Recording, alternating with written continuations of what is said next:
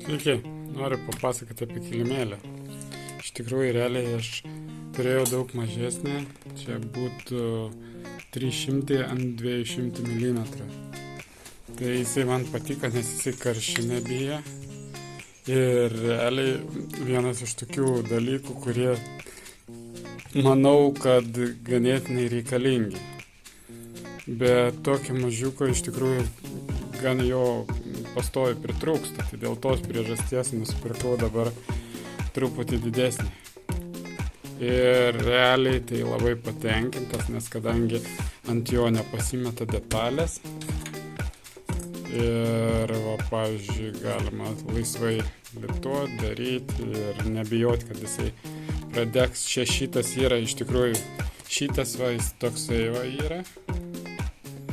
Mažiukas, jisai nebūna pakeltas. Jau mano, o šitas yra su tokiais kaip pakeltas nuo stalo, tai jisai daug storesnis ir geresnis realiai.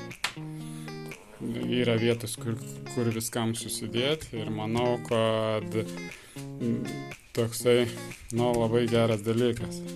Šitas, tarp kitko, įdomumo dėliai, dar kol kas neišbandžiau, kaip jisai karščiui atsparus, bet šitas, pavyzdžiui, jisai, kai jį kaitini, tai jisai taip plečiasi, toks kaip burbulas pasidaro į viršų, kyla, o paskui gaunasi taip, kad jisai sumažėja ir vėl atsistato į savo vietą. Bet, pavyzdžiui, pjaustymo atžvilgiu, čia yra mano įpjausta, šiek tiek, gal net neįpjauta, aš nežinau čia. Tai jisai labai toksai, taip pasakykim, labai jautrus šitam dalykui. Šitas, kaip suprantu, jisai bus jau biški kitaip, nes kadangi apačioje tokie yra.